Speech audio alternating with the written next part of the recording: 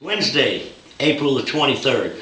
Lake level still about the same as it was last week. It's right at 9:15. Water temperature, it hasn't increased very much because it's been cold at nights, but you'll find water temperature anywhere from 58 to 62, 63 degrees. Late in the afternoon, once the sun's been out, you'll find some 65, 66 degree water, but fish are still spawning all over the lake. I am seeing a lot more fry the past week, fish that have already spawned out in the backs of some of the creeks and pockets. And that seems to be more up in the White River. I think a lot of the fish were further along up there. I think a lot of the fish that spawned first were probably smallmouths and Kentuckys, and I think there's still going to be another big wave of, good largemouths coming in to spawn. So I think we're going to have fish spawning probably for another 3 weeks yet. But a lot of different things going on the lake. I haven't got much of a topwater bite going, but I know some people have been catching them pretty decent on the cloudy, overcast days. And some of the ones we're catching on topwater are more shallow. Instead of being out over the secondary and main lake points over the timber, they seem to be coming in the shallow areas, and I think those are probably fish that are on beds. But what we've been throwing is like a jointed redfin, Smoky Joe or Chrome Black, Storm Thunder Stick will work well. I've been throwing a spook and catching some on a spook as well, but by far probably we're catching 3-4 fish to one on this silly little Ned rig. I mean, we're catching more fish on that than anything. Now I have found, and I'll get into what colors I'm fishing and where I'm fishing them, but a lot of the fish was catching back into spawning pockets. Seemed like we're catching a lot more males, a lot more smaller fish. And whether I'm fishing the Ned rig or the jig, it seems like I've started backing out on a lot of the main lake points and catching better quality Kentuckys and smallmouths out there. They're a little bit deeper, setting the boat about 25, 27 feet. I think a lot of them fish are coming anywhere from 15 to 18 foot on, main lake gravel points with roll-offs. And, not all the fish go back into creeks to spawn, especially in the real clear water. A lot of these fish will spawn out there on them main lake points. I know several years ago when the water was really clear, you could see beds down as deep as 18, 20 foot. So I think a lot of them fish I'm catching out there on the football jig, especially them Kentucky, some of them haven't spawned yet. They're just plumb loaded with eggs. A lot of the smallmouths I'm catching look like they're post-spawn fish, so they're starting to move back out.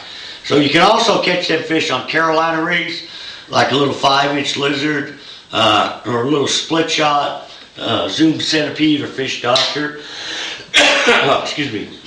But the Ned rig colors are kind of crazy.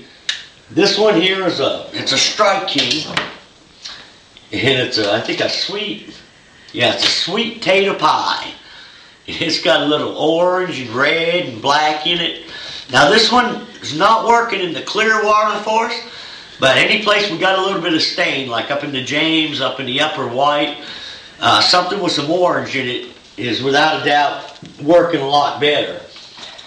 Now up in the clear water, the PBJ, or just a straight green pumpkin.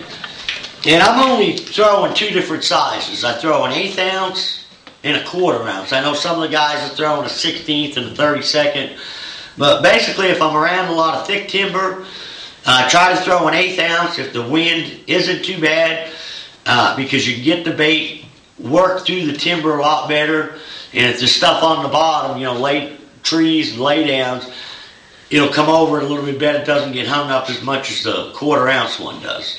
Now, as far as on the jig, and I'm fishing this all the way from the backs of the creeks out to the main lake points where I'm fishing the football jig. A lot of times, like the guys I've been guiding the last 2 or 3 days, I've been messing around throwing everything I got in the boat, and they've mainly been staying with the Ned rig. And they're probably catching 4 or 5 fish to my 1. But every once in a while I'm catching a little bigger ones on the jig. I am catching a few on a fluke, and those as well have been better fish. The fluke seems to working better later in the day and when it's more overcast. But I'm throwing it in the same areas, going back into the creeks, out to the main lake points. The football jigs, I've been throwing a 1/2 ounce and a 5/8.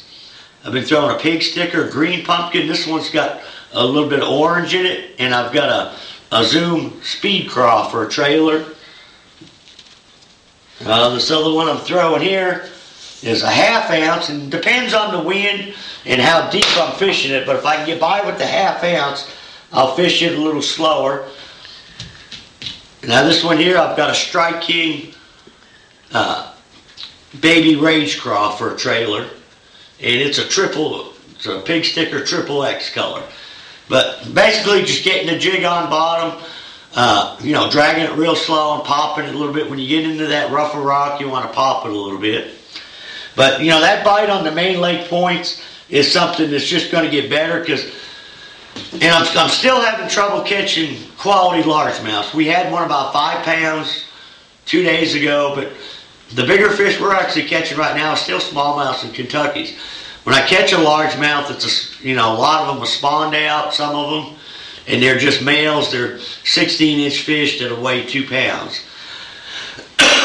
But I think pretty much all around for the tournaments this weekend, there hadn't been very many big fish caught. And I think they're just kind of in that spawn funk. Whenever they get done spawning and start resting up, you're going to see the quality a lot better. And that's where a lot of these main lake points are going to start coming into play a lot more.